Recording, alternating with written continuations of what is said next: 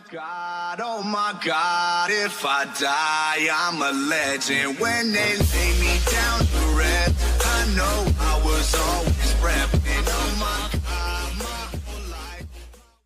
Servus Manda, ich bin's wieder, der Nico. Heute wollen wir euch meine Radi vorstellen. Ja, und zwar das Focus Evo 27 mit Aluminiumlenkung, Aluminiumrahmen, die Massivdämpfung aus dem Hause Fox. Das ist eine 34er Gabel mit 150 mm Federweg.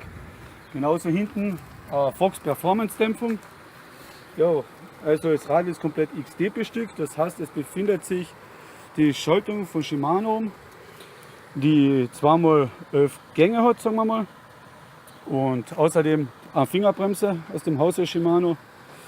Verstellbare Sattelstütze auf Knopfdruck. Diese ist von Kinchok, die E30i. Die Reifen, wie man sieht, ist DT Swiss, die Felge. Der Reifen selber ist Aluminium DHF.